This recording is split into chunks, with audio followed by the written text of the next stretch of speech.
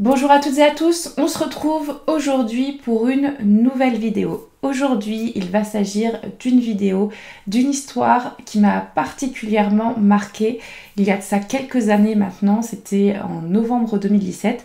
C'est vraiment une histoire à ce moment-là que j'ai suivie et qui m'a vraiment retourné l'estomac. D'ailleurs, 6 ans après les faits, c'est une histoire à laquelle je pense encore assez souvent. Mais avant de commencer la vidéo, j'aimerais vous parler du sponsor du jour. En effet, aujourd'hui, il s'agit d'une marque qui m'a contactée, dont je suis très contente. C'est une marque qui m'a particulièrement plu, il s'agit de Shadows. Shadows, c'est une plateforme de streaming qui est dédiée au cinéma d'horreur, des thrillers et du fantastique également, et elle est entièrement gérée par des passionnés en France. Alors déjà, les films d'horreur, c'est mon genre de film préféré, donc je suis vraiment très heureuse d'avoir été contactée par Shadows et donc je vais vraiment utiliser cette plateforme pour pouvoir regarder mes films et découvrir des petites pépites. Et j'ai vraiment hâte de trouver des petites pépites du genre épouvante, parce que c'est vraiment dans la catégorie horreur, les films d'épouvante que je préfère regarder. Et au total sur cette plateforme, il y a 500 films, que ce soit des longs comme des courts-métrages. On y retrouve d'ailleurs des grands classiques comme Martyr. Alors Martyr, accrochez-vous, moi ça m'a particulièrement marqué, donc âme sensible s'abstenir, mais encore Insidious ou Massacre à la tronçonneuse. Après, il y a des films bien moins connus mais qui valent le coup d'être découverts, ou encore des films old school, un peu vintage, qui, on le sait, ont un charme certain. Ce qui est vraiment bien, c'est que le prix pour tout ça, il est de 4,99 € par mois et sans engagement. Et avec mon code que je vous mets ici, mon code MarineB, vous avez un mois gratuit sur la plateforme. Donc je vais vous mettre en description de la vidéo et en commentaire épinglé le lien qui vous permet d'accéder à cette réduction directement. C'est vraiment une très bonne opportunité et je suis très heureuse aujourd'hui de vous la proposer. Je remercie encore Shadows d'avoir sponsorisé cette vidéo et on se retrouve juste après ça.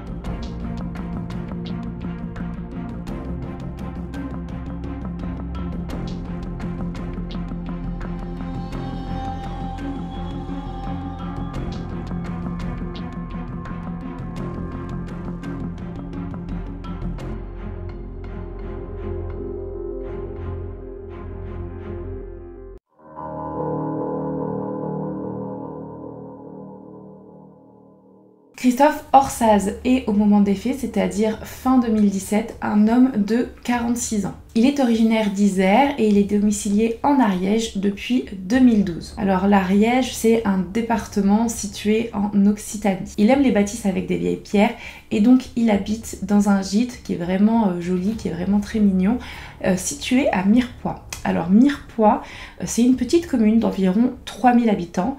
Elle est située à 1 heure de route au sud de Toulouse et plus grossièrement à mi-chemin entre Toulouse et Perpignan. Christophe est auto-entrepreneur et exerce comme jardinier paysagiste. On peut voir également qu'il est passionné de montagne et d'ailleurs il prend énormément de photos, donc il est aussi passionné de photos, sur son Facebook. Il est décrit par ses proches comme étant un homme très gentil, présent, serviable. D'ailleurs, il était très proche de ses frères et sœurs et il leur passait régulièrement des coups de téléphone et il se confiait à ces derniers.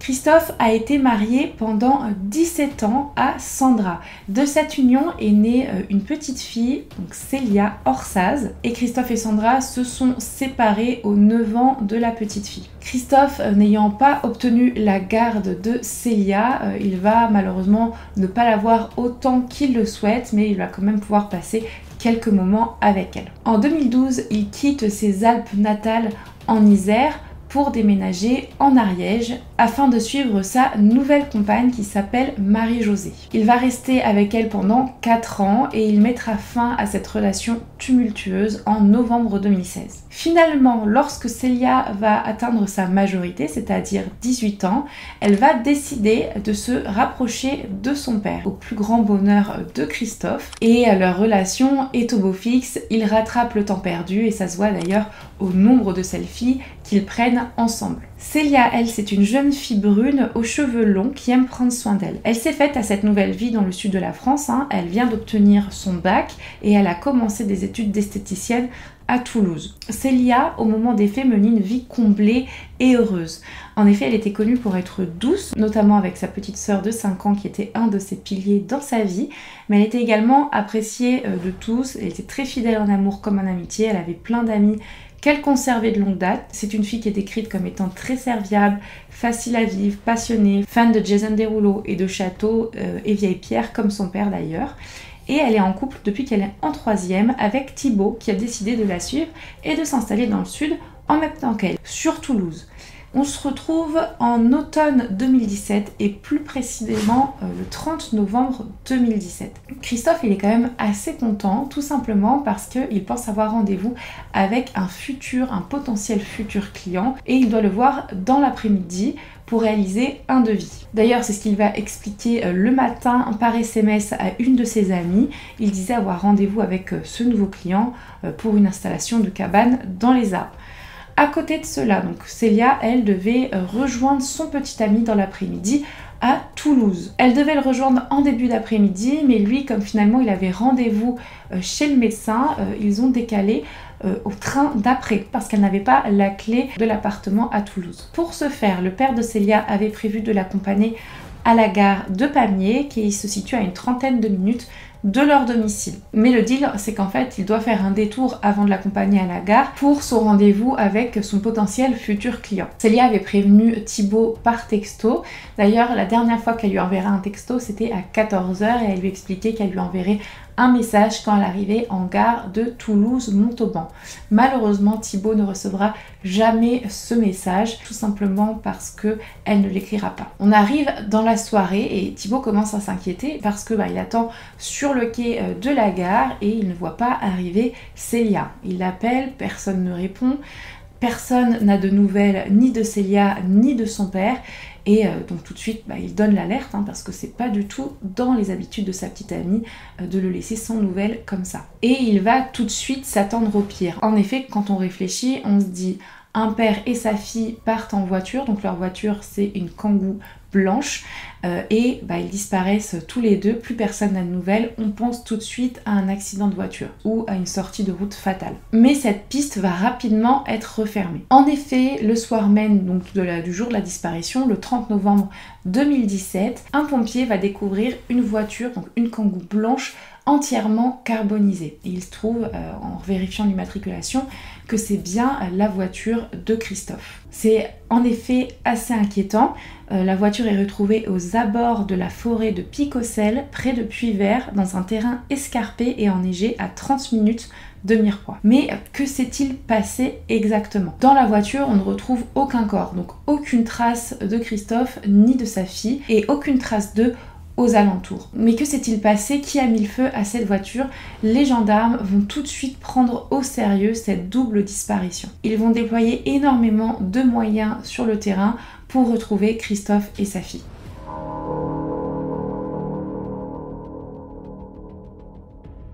Donc déjà, il faut savoir que personne de l'entourage de Célia et de Christophe n'a eu de leurs nouvelles à partir de 16h, donc le 30 novembre 2017, le jour de leur disparition. Le 1er décembre 2017, donc le lendemain de la disparition et de la découverte de la voiture carbonisée de Christophe, la gendarmerie va donc, comme je vous l'ai expliqué, déployer énormément de moyens autour et dans la zone de la découverte de cette fameuse voiture. Donc il y a des hélicoptères, des équipes cynophiles qui vont essayer de retrouver une trace de Christophe et de sa fille. Peut-être qu'ils sont quelque part blessés, mais aucune trace d'eux ne sera retrouvée.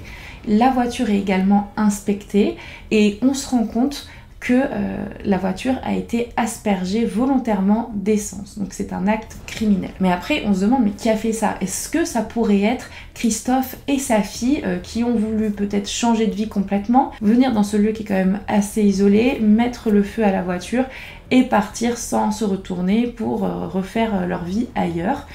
Ça paraît vraiment très étonnant. Alors déjà, surtout pour Célia, qui elle est très très heureuse dans sa vie, elle a son petit copain, elle commence ses études et en plus de ça, elle a retrouvé une entente avec son père, et pareillement lui de son côté, tout a l'air de bien aller et il est très heureux d'avoir retrouvé sa fille et il rattrape toutes ces années perdues avec elle. Donc, très rapidement, le procureur de la République de Foix a ouvert une enquête pour disparition inquiétante et a saisi la section de recherche de la gendarmerie de Toulouse. Les premières recherches vont s'articuler autour des vidéosurveillances et également des mouvements bancaires. Il y a une caméra de vidéosurveillance juste devant le gîte où réside Christophe avec sa fille. Les images sont évidemment saisies, et donc sur ces images, on aperçoit que le jeudi 30 novembre, donc le jour de leur disparition, quand ils partent de chez eux, il est 16h12.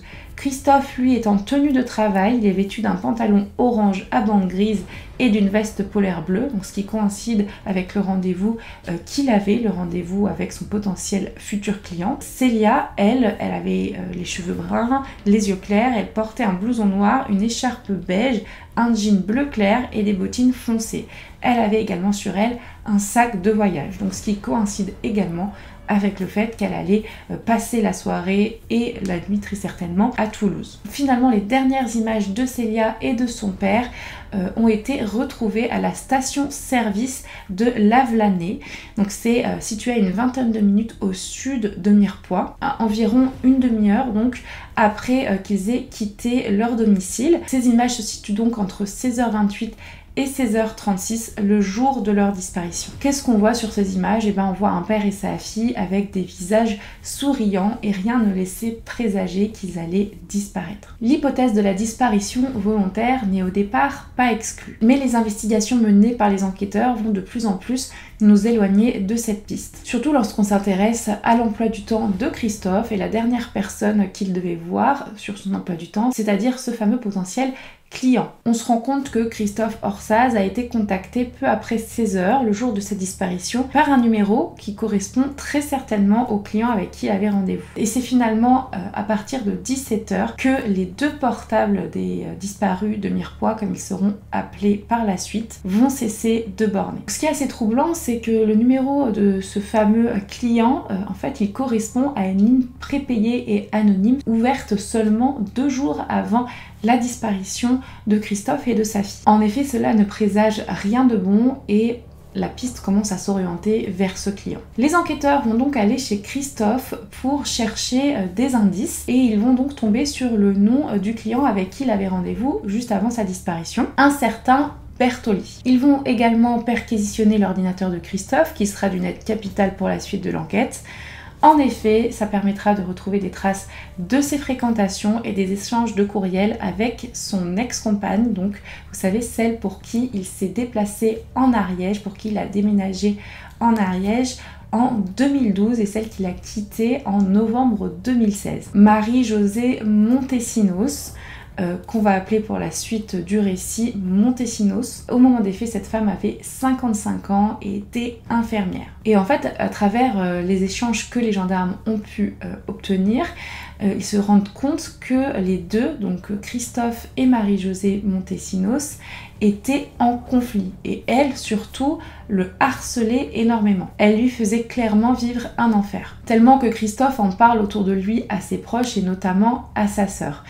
Il en avait peur et il craignait pour sa vie. D'ailleurs, il sera retrouvé chez lui des retranscriptions des menaces que lui avait fait Montesinos. Je vais vous les lire. Alors, je cite: « Je vais te détruire, te faire mettre en prison. Tu seras pas avec ta fille pour Noël. » Et d'ailleurs, à ce titre, il avait porté plainte à 3 reprises contre son ex-compagne. Et ces plaintes, comme elles n'aboutissaient pas, il avait dit et exprimé à sa famille, je cite à nouveau, « S'il y a un problème, ça viendra d'elle. Et un jour, ce sera elle ou moi. » Et en fait, on se rend compte que tout a démarré au moment où Christophe a décidé de la quitter. Et comme l'ont souligné certains des proches de Christophe, et je vais notamment citer sa sœur, on ne quitte pas Montesinos. Elle, de son côté, elle l'avait accusé de plusieurs choses, notamment de vol. Il lui aurait dérobé pour 6 500 € et un chandelier. Alors ça n'a jamais été prouvé et il n'y a jamais eu de suite juridique aux accusations qu'elle lui portait. À ce titre, les enquêteurs commencent à voir Madame Montesinos dans leur viseur, ce qu'on peut comprendre, hein. Ils vont d'ailleurs la placer sous écoute. Mais pour ne pas éveiller ses soupçons, ils vont, comme pour tout l'entourage de Christophe et de sa fille, l'entendre à plusieurs reprises en tant que témoin dans le cadre de l'enquête de la disparition. Les gendarmes veulent rester les plus discrets possibles, quitte à faire croire même au public que l'enquête n'avance pas. Finalement, l'ex-compagne de Christophe sera entendue la première fois le dimanche 3 décembre 2017, soit 3 jours après la disparition. Elle confirmera auprès des gendarmes ses mauvaises relations avec Christophe. Elle va d'ailleurs le décrire comme étant menteur, manipulateur. Elle aura même porté plainte contre lui en juin 2017 pour harcèlement moral, menace de mort et violence. Elle explique qu'elle ne sait pas ce qui a pu lui arriver car au moment des faits, elle avait un alibi. Elle était au moment de la disparition apparemment chez son ancien mari et sa nouvelle compagne et elle aurait fait une longue marche avec sa nouvelle compagne. D'ailleurs, celle-ci va être interrogée.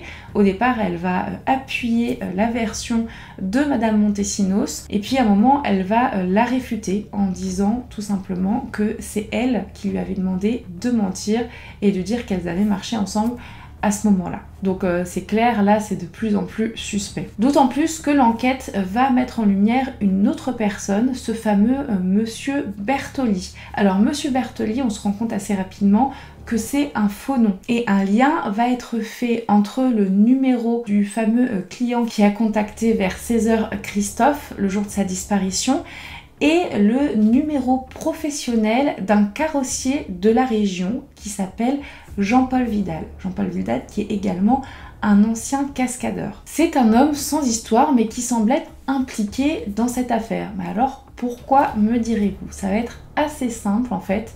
On se rend compte que Jean-Paul Vidal est relié à Madame Montesinos tout simplement parce que c'est son amant du moment. Mais ils ne se connaissent pas depuis très peu de temps, hein. Ils se connaissent depuis un moment parce qu'ils étaient déjà amants entre 2010 et 2012. C'est cet homme qui avait donné un faux nom à Christophe et à qui il avait donné rendez-vous le jour de sa disparition. Et comme il connaît celle qui harcèle Christophe également, ça ne peut pas être une simple coïncidence. Clairement, on sent qu'il y a quelque chose entre Madame Montesinos, Jean-Paul Vidal et un lien avec les disparus de Mirepoix. Finalement, Vidal est également entendu en tant que témoin. Pendant ses auditions, il va confirmer sa relation adultère avec Madame Montesinos. En effet, je dis adultère parce qu'il est marié avec des enfants. Mais il dira que lui et son amante ne sont pas à l'origine des disparitions de Christophe et Célia Orsaz. La gendarmerie va continuer pendant des mois, en toute discrétion,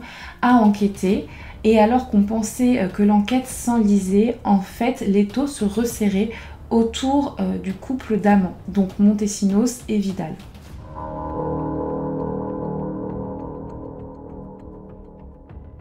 Et c'est le lundi 11 juin 2018, soit 6 mois après la disparition, la double disparition, que tout va basculer. En effet, à cette date, 4 personnes vont être interpellées et placées en garde à vue. Sur la base des croisements des numéros de portable prépayés utilisés par le client le jour de la double disparition, qui font donc ressortir les noms des deux amants, mais également des éléments retrouvés au domicile de Christophe et dans son ordinateur, des conversations lors de la mise sur écoute de Madame Montesinos. Donc vous l'aurez compris, hein, dans les 4 personnes placées en garde à vue, on a évidemment le couple d'amants, donc Jean-Paul Vidal et Marie-Josée Montesinos, mais on a également l'ex-mari de Madame Montesinos et un ami de Jean-Paul Vidal. Ces 2 derniers seront les seuls à être libérés. En effet, à partir de ce moment-là, les 2 amants ne seront plus jamais placés en liberté. Alors, lors de sa garde à vue, au tout départ, Madame Montesinos, elle va nier toute son implication dans la disparition de son ex-compagnon et de sa fille. Par contre, c'est Jean-Paul Vidal qui, lui, va craquer lors de sa garde à vue et qui va avouer,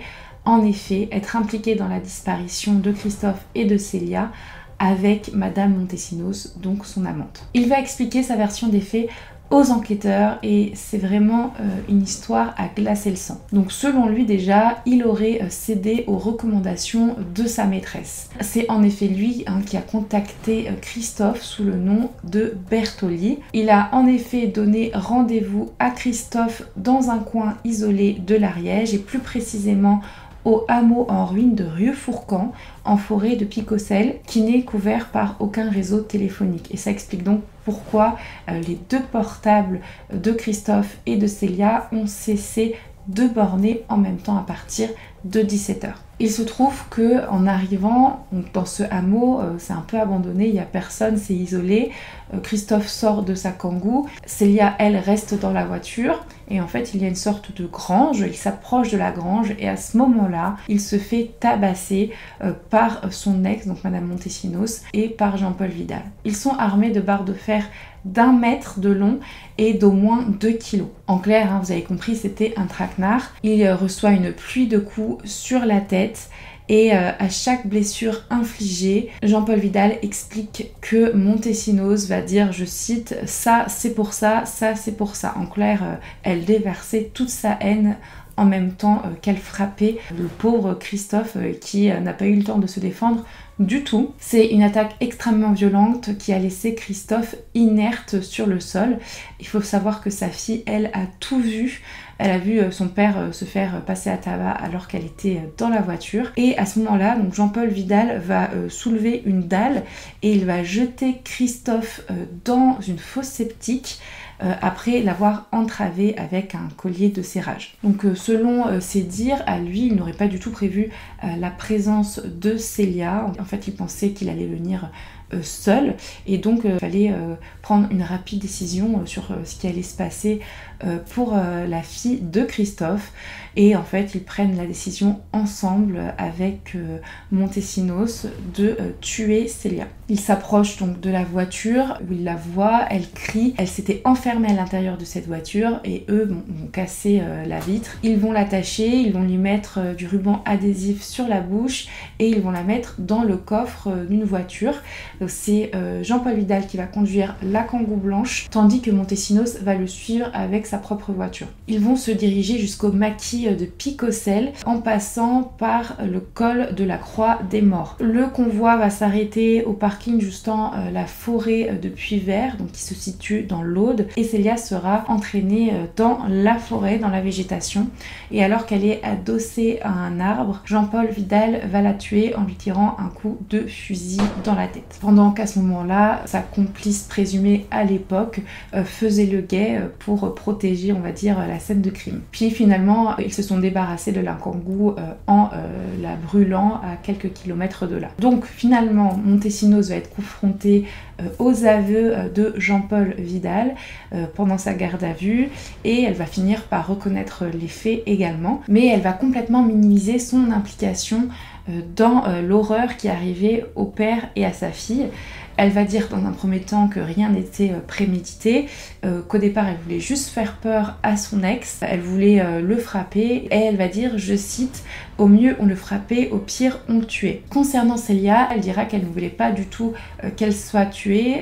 Selon ses dires, c'est Vidal qui a pris la décision de l'abattre. Et elle expliquera d'ailleurs à ce moment-là que Célia était complètement tétanisée, et on peut la comprendre hein, parce que je pense qu'elle avait compris qu'elle allait mourir après avoir vu son père se faire passer à tabac. Donc par rapport à Célia d'ailleurs, selon Vidal, ils auraient avec l'aide de Montesinos enterré la jeune fille. Ils auraient recouvert l'endroit où la terre avait été fraîchement retournée avec des feuilles mortes pour essayer de camoufler un petit peu ce lieu où a été enterrée Célia. Et finalement, il finit son récit en disant que le lendemain, donc le 1er décembre 2017, il se serait donné rendez-vous avec Madame Montesinos au lac de Montbel pour brûler certains des effets personnels, notamment les téléphones à carte prépayée qui sont aussi appelés téléphones occultes, donc TOC, je crois que ça se dit comme ça, qui auraient pu prouver leur implication, qui à ce moment-là était effectivement toujours présumée dans ce double crime. Et après cela, pour éviter que les soupçons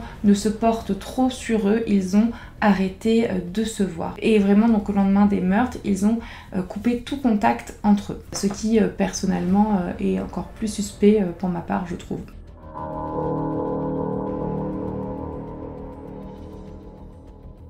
Donc dès le lendemain des révélations, on est le mardi 12 juin 2018. Vidal va accompagner les gendarmes au niveau du hameau abandonné de Rieux-Fourcamp, là où il dit avoir avec Madame Montesinos roué de coups Christophe. Et à ce niveau-là, il va d'ailleurs désigner 2 plaques de ciment qui recouvrent une fosse septique. Malheureusement, on y retrouve avec horreur donc le corps gonflé de Christophe, immergé dans cette fosse. Il faut savoir qu'il est resté là pendant 6 mois au moins.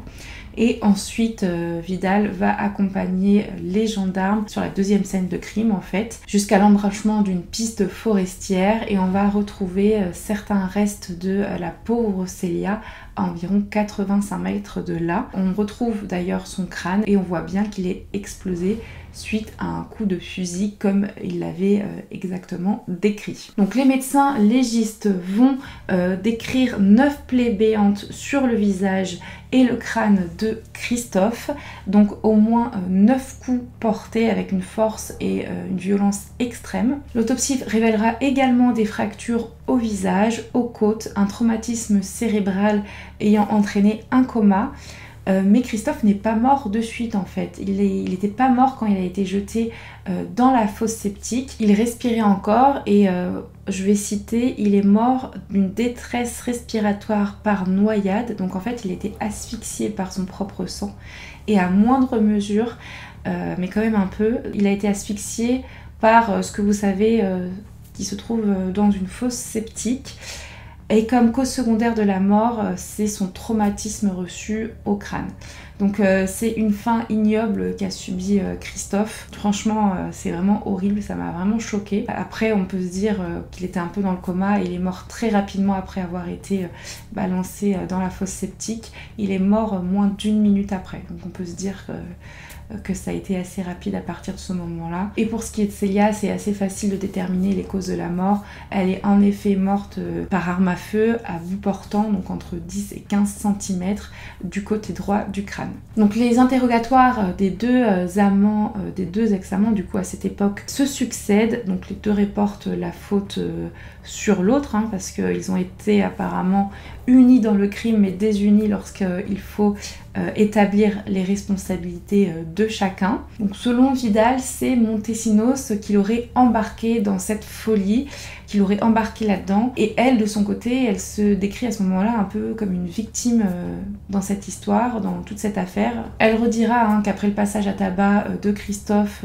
c'est Vidal qui a voulu en finir avec Célia. Donc lui, Vidal va dire que c'est bien Montesinos qui voulait tuer Célia et qui lui a demandé de le faire après que Christophe ait été passé à tabac. A l'inverse, elle va complètement nier et va dire que ce n'est pas du tout elle qui a monté toute cette opération. Elle dira également qu'elle n'a pas aidé à déplacer le corps de Célia, qu'elle n'a pas aidé à l'enterrer, qu'elle a même détourné les yeux quand Vidal l'a ensevelie sous la terre. Et pour l'affaire au global, elle dira qu'elle voulait simplement donner une bonne leçon à Christophe sans le tuer, mais qu'en fait c'est l'expédition punitive qui a mal tourné. Très surprenamment, pour ma part, elle va déclarer, et je cite, « Je me suis sentie étrangement euphorique dans la soirée et les jours suivant les faits ». Et donc sa personnalité va vraiment être questionnée. Elle est quand même complexe, cette dame, et il va falloir se poser des bonnes questions. Donc notamment, du côté des gendarmes, ils vont la décrire comme une personne stoïque et qui est restée impassible en garde à vue. Il y a plusieurs expertises, contre-expertises également, mais également une enquête de personnalité qui vont être réalisées concernant Marie-Josée Montesinos et les résultats seront assez difficiles à interpréter. Elle va être décrite par les spécialistes comme une femme immature avec des troubles de nature colérique et en démarche de séduction constante, même pendant les expertises. C'est-à-dire que pendant les expertises, elle a essayé de se montrer sous le meilleur jour et de renverser la situation à son avantage. Il est dit qu'elle contrôle sa froideur, qu'elle est narcissique et qu'elle est dotée d'un pouvoir de manipulation. Et donc les experts diront qu'elle a pu instrumentaliser Vidal. De son côté, les faits horribles qu'il décrit avoir commis, Vidal ne correspond pas du tout à sa personnalité. Déjà, selon ses proches, il s'agit d'un homme calme, qui a le cœur sur la main, il n'est pas impulsif et il n'est pas violent. Pour les autorités, il n'a clairement pas un profil de criminel, il n'était pas connu des services de gendarmerie ou de police. Les experts le décriront comme quelqu'un qui est dépendant affectif et donc de ce fait vulnérable. Et il aurait donc très bien pu, comme il le décrit, être sous la coupe de Madame Montesinos. On n'arrive quand même pas à comprendre pourquoi une telle haine de la part de Marie-Josée Montesinos envers son ex-compagnon. Quel est le mobile? Parce qu'on a compris qu'elle n'avait pas du tout apprécié être quittée, mais elle va aussi mettre en avant donc comme mobile une histoire de clé USB. En effet, alors que Christophe s'était déjà séparé de Marie-Josée Montesinos, elle lui avait dérobé une clé USB et sur cette clé USB, elle va découvrir des photos où Christophe s'exhibe de manière un petit peu sexuelle, on va dire sexuellement. Mais apparemment ces photos remettraient en doute l'orientation sexuelle de Christophe et donc Madame Montesinos se serait sentie trahie et apparemment elle aurait pensé qu'il lui aurait menti toutes ces années et donc elle aurait voulu se venger par rapport à ça. Donc déjà elle avait utilisé ces photos très personnelles, hein, je vous le rappelle. Elle les avait divulguées à plusieurs personnes de l'entourage de Christophe et notamment à des employeurs. Elle avait montré ces photos au fils d'une dame qui avait employé Christophe comme jardinier. S'en est suivi donc un licenciement de Christophe par rapport à cela. Elle voulait complètement détruire sa vie, sa réputation. Hein. On n'est pas étonné, mais ce n'était pas la première fois qu'elle avait eu ce type de réaction avec quelqu'un, un homme qui l'avait quittée. Et donc en effet en 2006, elle avait été quittée par un autre homme et elle s'est vengée en allant dégrader sa maison, en le dénigrant auprès de ses proches et elle avait même essayé de le renverser en voiture. Donc clairement il apparaît que dès qu'elle se fait quitter par un homme, elle ne l'accepte pas. Elle veut complètement les maîtriser et d'ailleurs la plupart de ses anciens compagnons la dépeignent en, je cite, manipulatrice perverse, peu tolérance à la frustration. Et donc le seul mobile apparent dans ce dossier semble être une haine aveugle, donc parce qu'elle n'a pas apprécié se faire quitter par Christophe. Et clairement, hein, on peut dire que ses actions s'apparentent à une perversion narcissique. Et pour le mobile de Vidal, parce que lui, en effet, on se dit mais il n'a pas pu faire ça, il n'a pas pu aller jusque-là, simplement par amour. On va avoir plus d'informations quant à son mobile pendant le procès qui va avoir lieu en novembre 2023. Et on va avoir beaucoup d'informations sur les mensonges colportés par Marie-Josée Montesinos. Effectivement, je vous l'ai pas dit, mais juste après la garde à vue, Jean-Paul Vidal et Marie-Josée Montesinos ont été mis en examen, donc en juin 2018, pour assassinat et meurtre en concomitance d'un autre crime, ainsi que destruction volontaire du bien d'autrui par incendie. Donc ils ont évidemment été incarcérés et ils encourent la réclusion criminelle à perpétuité. Donc en attendant le procès, les investigations ont continué et une reconstitution a été réalisée sur les scènes de crime en présence des deux co-accusés et des deux juges d'instruction. Notamment une reconstitution le samedi 25 mai 2021 sur les lieux du meurtre de Christophe et le lendemain sur les lieux où Jean-Paul Vidal a abattu la jeune Célia.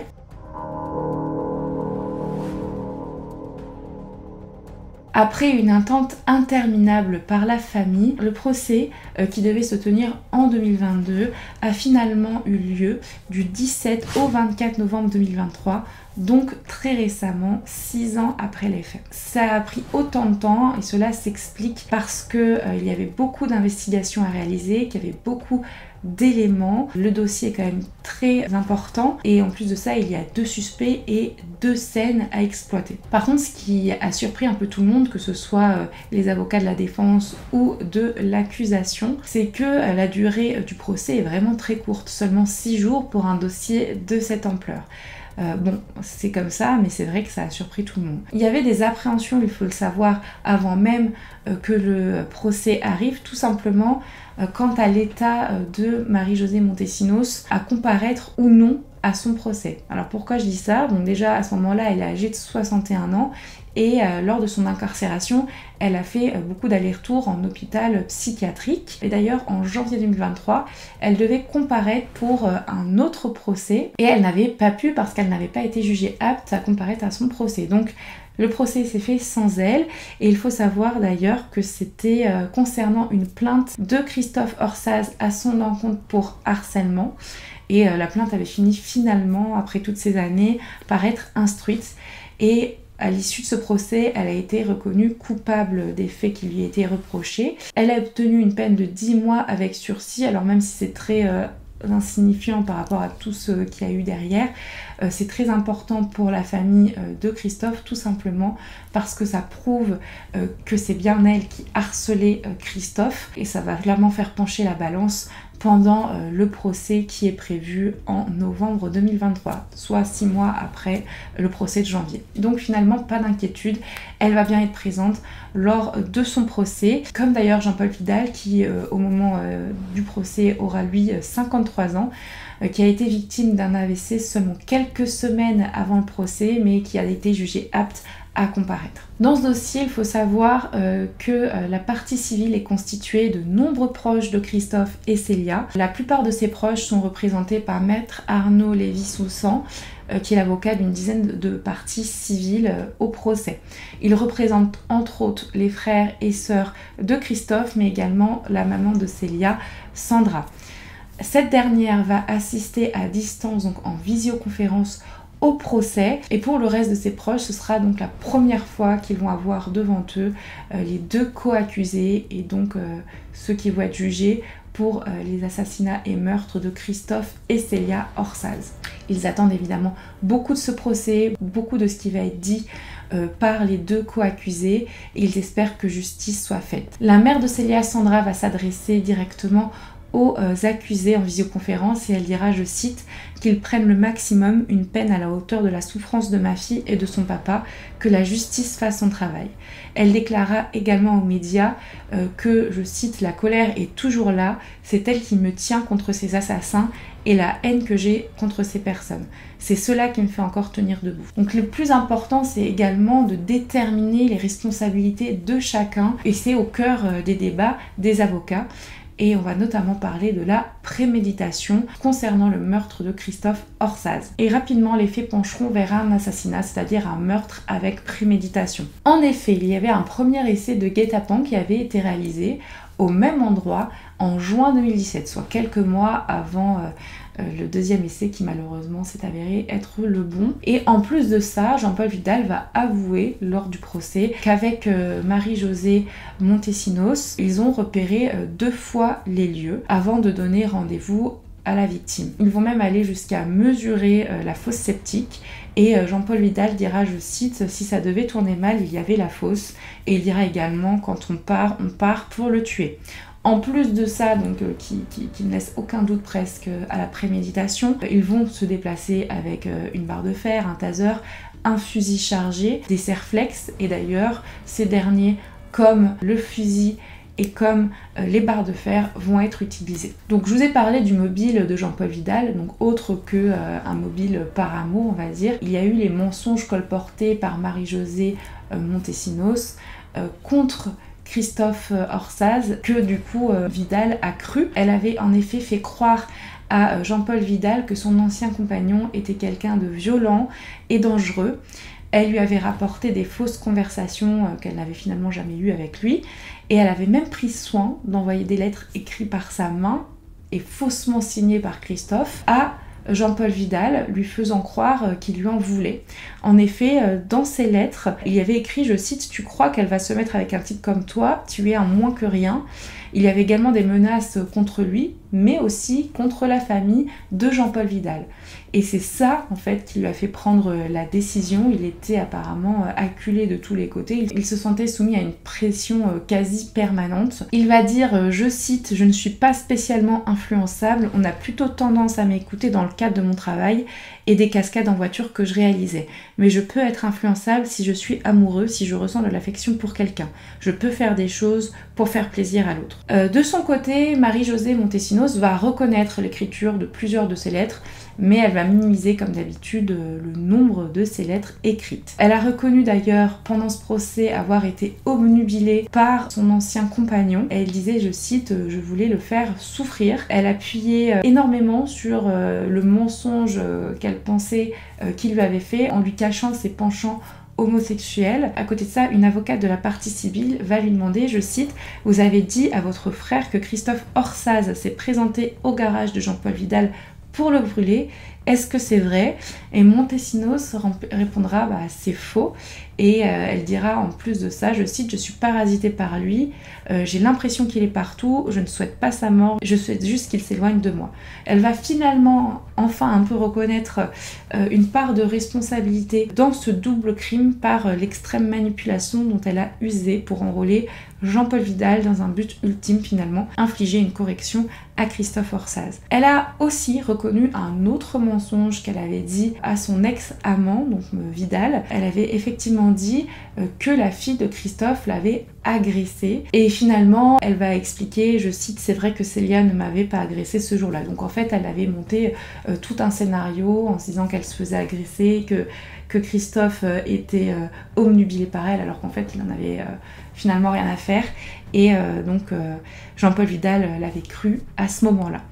Donc, après, attention, même si il se trouve, il est avéré que Vidal a été manipulé, c'est clair, par les mensonges de Montesinos. Le fait qu'il y ait eu quand même une tentative déjà en juin 2017, donc, qui n'a pas été faite, je ne vous l'ai pas dit, elle n'a pas été faite parce qu'en fait, tout simplement, il y avait la présence de touristes sur les lieux qu'avait repéré le couple. Et le fait qu'ils sont allés quand même repérer 2 fois les lieux avant de passer à l'acte, ça montre qu'il aurait pu tout simplement stopper son action à tout moment. Et pourtant, il a continué à appuyer ce projet morbide, il est allé jusqu'au bout, et c'est même lui qui a appuyé sur la gâchette pour tuer Célia, sachant en plus à ce moment-là qu'elle n'avait rien fait et qu'il avait une fille du même âge. Il ne lui a clairement laissé aucune chance. Il aurait pu stopper tout ça bien en amont, il aurait pu prévenir les autorités, il aurait pu prévenir les proches de Célia et Christophe, ou même de les prévenir directement, ou tout simplement il aurait pu ne pas participer à tout ça. Et pourtant il est allé jusqu'au bout. Donc même s'il s'est fait manipuler, il a été très actif, on va dire, dans ce double meurtre. Il va dire par rapport à ça, je cite, « Ce que j'ai fait est à l'opposé de ce que je suis normalement. Je suis en colère contre moi. Je n'ai pas de mots. Ce que j'ai fait, je le regrette. Si je n'avais pas eu peur, je n'aurais jamais fait tout ça. J'ai écouté Marie-Josée Montesinos, je l'aimais énormément et je n'ai rien vu. Je pensais que j'étais surveillée, suivie et j'ai eu peur pour ma famille. » Finalement, après plusieurs heures de délibération, les jurys de la cour d'assises de l'Ariège ont condamné Marie-Josée Montesinos et Jean-Paul Vidal à 30 ans de réclusion criminelle avec 20 ans de sûreté pour Marie-Josée Montesinos. Ils sont reconnus coupables de l'assassinat de Christophe et du meurtre de sa fille Célia en novembre 2017. Ils ont également l'interdiction de détenir une arme pendant 15 ans. Donc voilà, c'est comme ça que je vais terminer ma vidéo. C'est vraiment une histoire horrible. Je ne sais pas si vous la connaissez ou pas, dites-moi dans les commentaires. Je vous remercie d'avoir suivi cette vidéo et on va se retrouver donc la semaine prochaine pour un live Twitch et pour une nouvelle vidéo. Je remercie à nouveau Shadows d'avoir sponsorisé cette vidéo et en attendant, prenez soin de vous et de vos proches.